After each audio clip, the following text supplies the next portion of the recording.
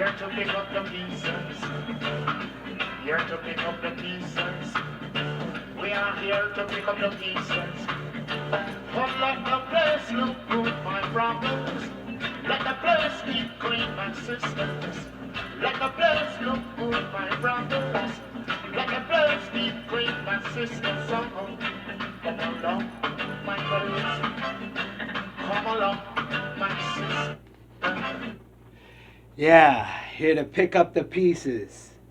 It's not important who I am. Continues. And yes, we got to move forward in this struggle. We have to move forward in our state of mind so that everything that has happened, everything that is going to happen, we have to be in control of those things. And if we're not, guess what? I can guarantee you we'll be right back here again in some other decade, some other time. Now today, I have some exhibits that I want to impart upon you so that you can understand just the need to move on in a more clear and thoughtful manner. And it's going to give you a reason. It's going to give you something that you're going to need to take with you in here. Because if you can't take it with you in here, you're just taking it with you in here. And that easily, you can easily, you know what I mean, lose it, give it away, and not think twice about it. This episode is going to be talking about our minds and the law. Our minds and the law. And you might think I might start to talk to you about, or this might be talking to you about dry law jargon, which I know a lot of. No, this is not it. This is the law of consistent state of mind. Consistent state of mind. Why in our country the persistent and consistent state of mind has brought us to where we are now. Okay? Now, I've talked about where we come from, where we can start, how all this madness began. So, I don't need to review that. If you're not up on that, check out episode 2 of It's Not Important Who I Am, and you'll be able to get a full knowledge and learned assessment of all of that. What I'm talking about is moving from here forward and why it's going to be tough moving from here forward. Now, the first two exhibits are they work together. They're working in consort. So, but I'm going to introduce them separately. And I'm going to give you the deeper meaning of what they all are about. Okay? Now, first exhibit is bam! I love it too. It's a great box of pancake mix. But as I showed you, as I got closer to it, and you can see this exhibit, it's Aunt Your Mama on the pancake box. Hell, we used to joke about this when I was young. Ain't your mama on the pancake box? You get it? Ain't your mama? Yeah. Well, yeah, it was ingrained in their state of mind. This is how they thought. This is how they saw our sisters. Okay? And it wasn't just down south, because I'm up north. Okay? These aren't flying off the shelves like they used to. But if you look at the picture, it's a dark-skinned woman. And if you look at what's below is, of course, cooking. And see, Popeyes, any barbecue, they're all associated with us. That's where they're at. Yeah, them niggas can cook. You know what I mean? Especially they mamas. You know what I mean? Now, this woman also made a lot of money. You know what I mean? What you gonna do? Like the Godfather said, it make no difference to me what a man makes, what they do for a living. You know what I mean? Except, like he also said, it's a little dangerous. Why? Because it puts a mindset. It's allowing them to put a mindset.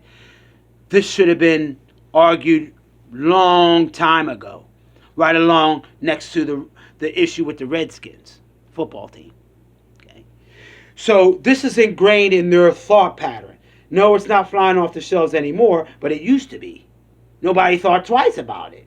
Nobody cared. I did. I never bought this because I had the state of mind. Why would I buy something so ingrainedly racist? Okay, and how they thought led us to be apathetic about our own thinking about these things. You know, if we're making money, if it's a person's face on there, a black person's face on there, why should I? No, that's apathy. That's a state of mind where you say you don't give a. Okay. Started with that, and I'm going to keep these. I'm going to keep a box of these for another time, and we'll see how far we get.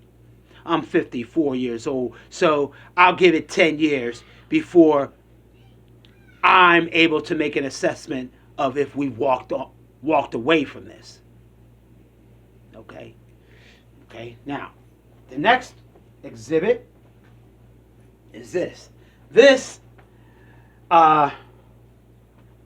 is not something that I got from, this is not something that was from down south. I got this down at the milkshake shop my friend owns, and he gave it to me because somebody came into his shop before the protest, before they killed George Floyd. Okay, and as you can see, okay, there you go. Check that out. Okay. Yeah, this is what they thought. This is how they saw us. And if we tried to bring, and my uncle even said this, if we tried to bring our state of mind above this, we had a chance of being outcasted. We had a chance of not getting in, as it were. My uncle Keith, God rest his soul, said, yeah, you going in them jobs thinking you an uppity nigga. You know what I mean? And I took exception to that when he said it, but guess what? Their state of mind and what I've gone through since then, as far as getting a job, Carol Harris, for instance, I have a criminal background, and Carol Harris, when I went in there and I asked, I was applying for a particular job, and it wasn't handiwork, it was data entry, something that took knowledge and something that took consistency and detail-oriented job. You know what the secretary, the one who greets you out in front, this is a temporary agency now. Oh, you couldn't apply for that job because you got a record. She and in front of other people. She felt comfortable enough to do that. And Carol Harris is a staffing agency right there in New Kensington, Pennsylvania. Excuse me. So yeah, she felt comfortable enough to say that in front of a bunch of other people, and she was barking up the wrong tree, because I came after Carol Harris, and after that, that issue was sort of settled. And she got reprimanded and everything else, but that was maybe 10 years ago, and it didn't change much because I worked for them here recently, and of course I made us think about a job that they put me in that didn't have a training program. They led me on and to make a long story short, nothing happened, and they ended my assignment and didn't give me another one because I complained about the training at the particular job. But since a black man said something, I didn't step and fetch. Okay? But that didn't matter. I mean, that mattered because if I had stepped and fetched, I'd still be working here. But you know what? I said, you know what you can do with that step and fetch. Okay? Now, when we understand the ingrainedness of racism,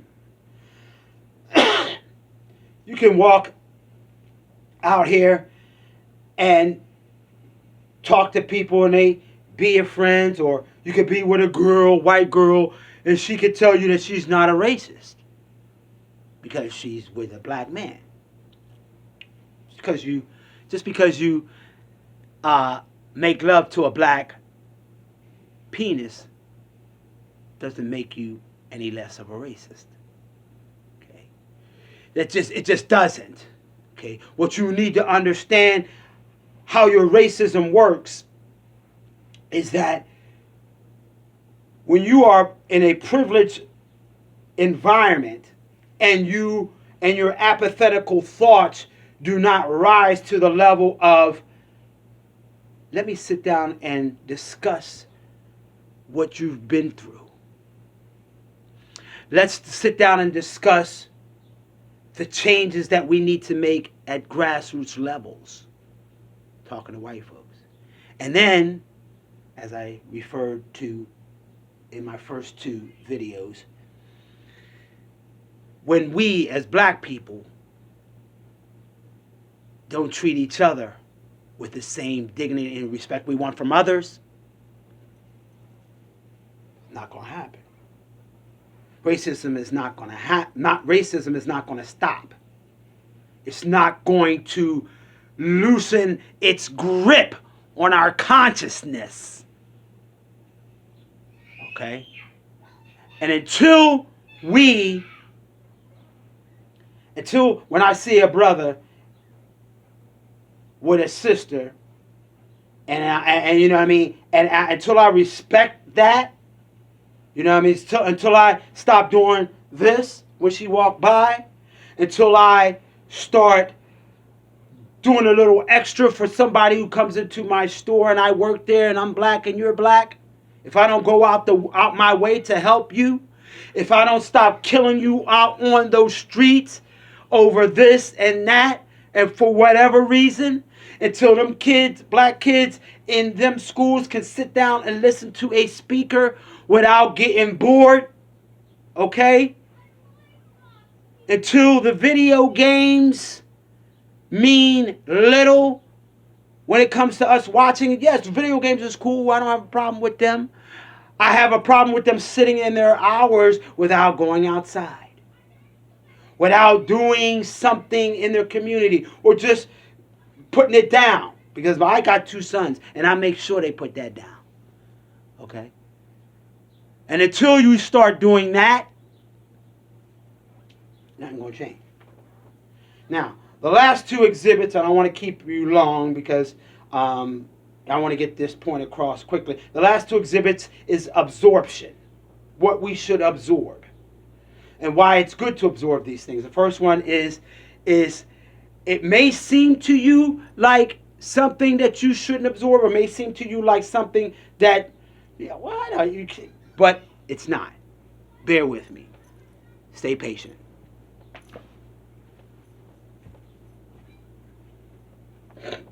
Okay.